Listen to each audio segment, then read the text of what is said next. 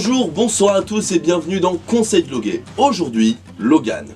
Le film est réalisé par James Mangold, le réalisateur du dernier spin-off sur Wolverine, à savoir Wolverine, le combat de l'immortel. Le film est sorti le 1er mars 2017 en France et a été très attendu. Et pourquoi, me direz-vous? Tout le monde le sait je pense, tout simplement parce que c'est le dernier film où Hugh Jackman fera Wolverine. Et plus tard, on a su que c'était aussi le dernier film de Patrick Stewart, excusez-moi, qui jouerait Xavier.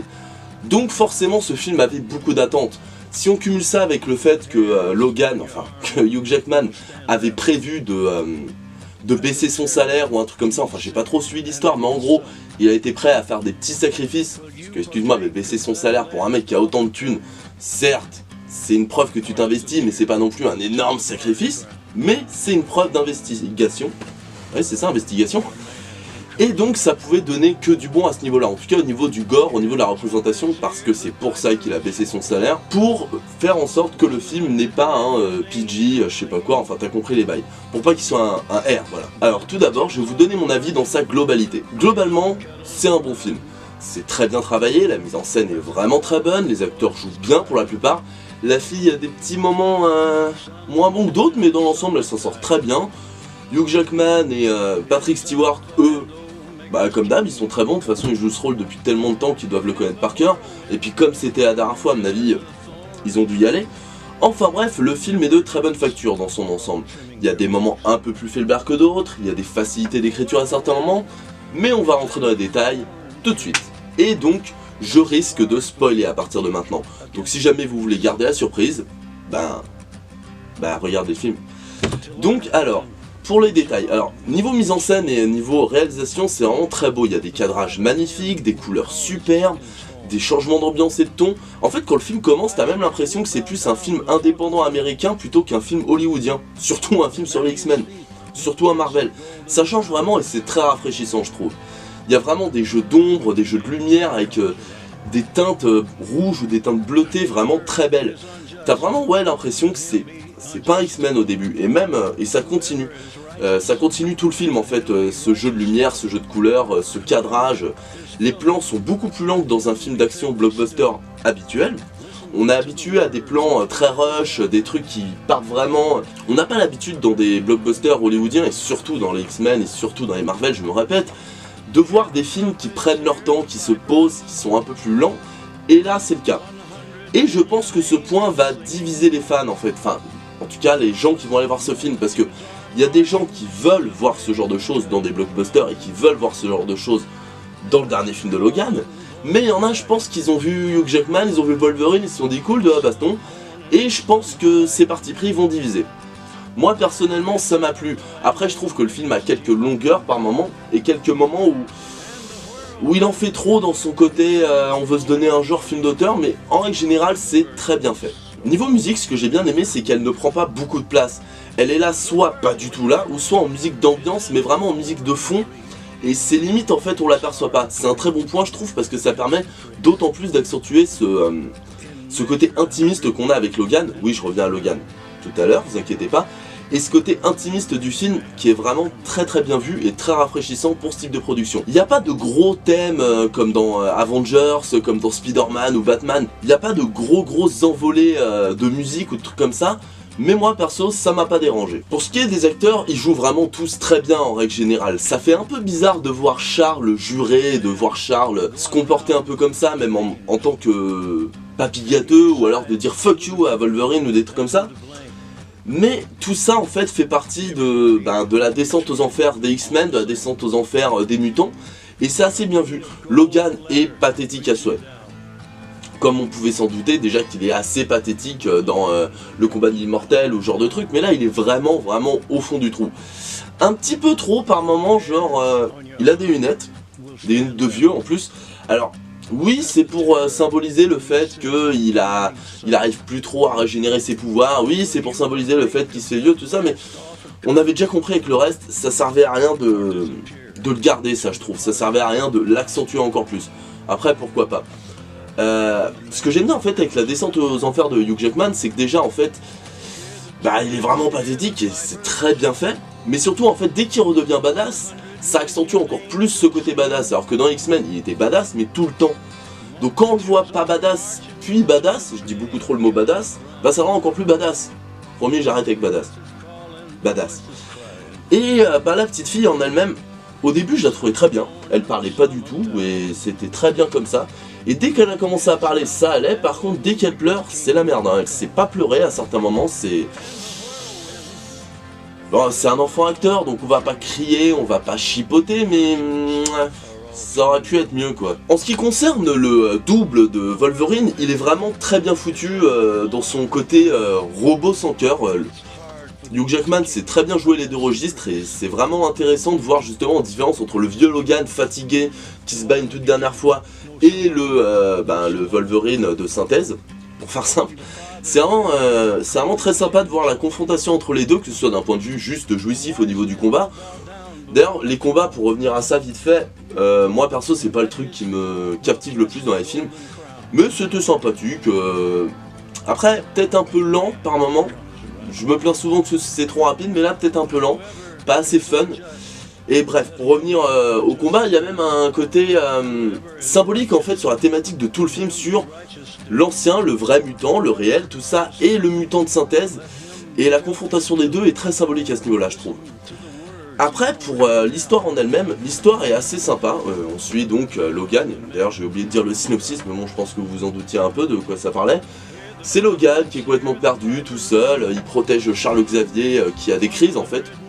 On sait pas trop si c'est de la schizophrénie ou un autre truc, mais en gros, ces crises, ça nique les tympans, ça nique le cerveau, ça nique tout autour de lui.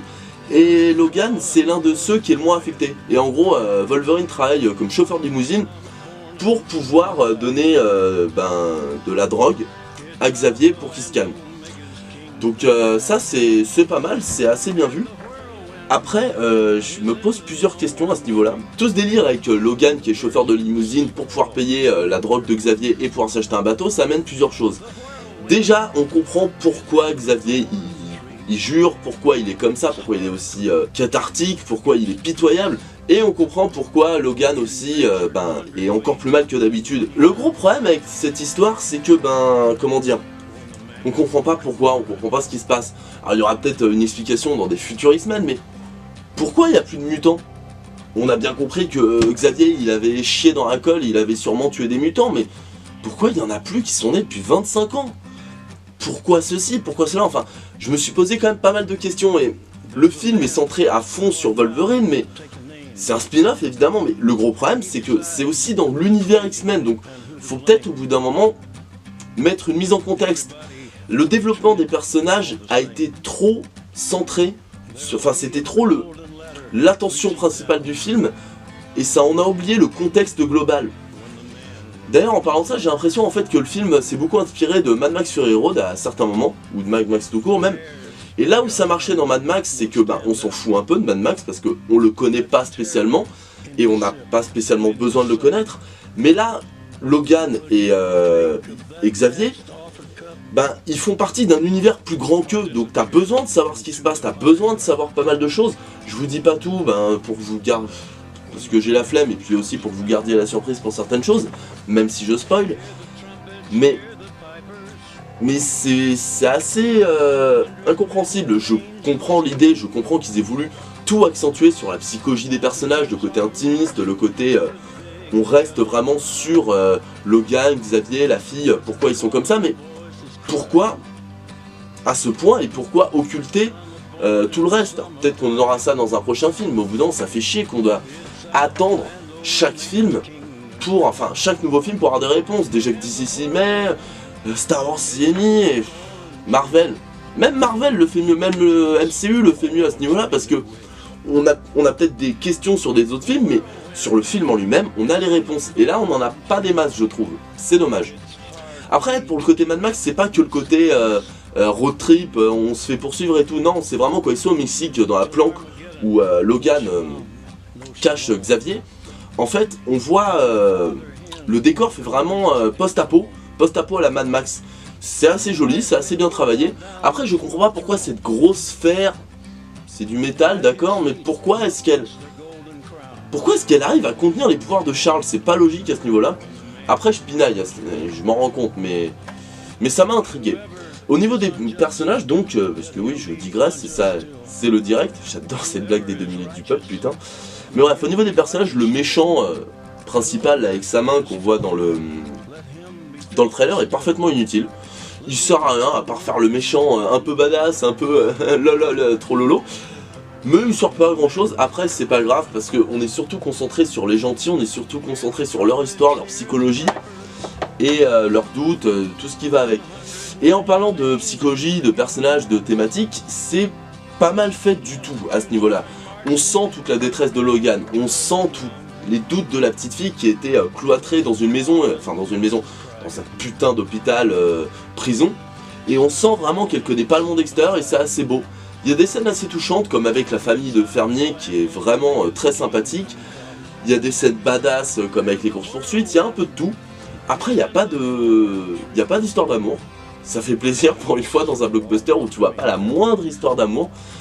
La thématique de la famille est vraiment très présente, comme avec par exemple la famille de fermiers, mais évidemment avec Logan et sa fille.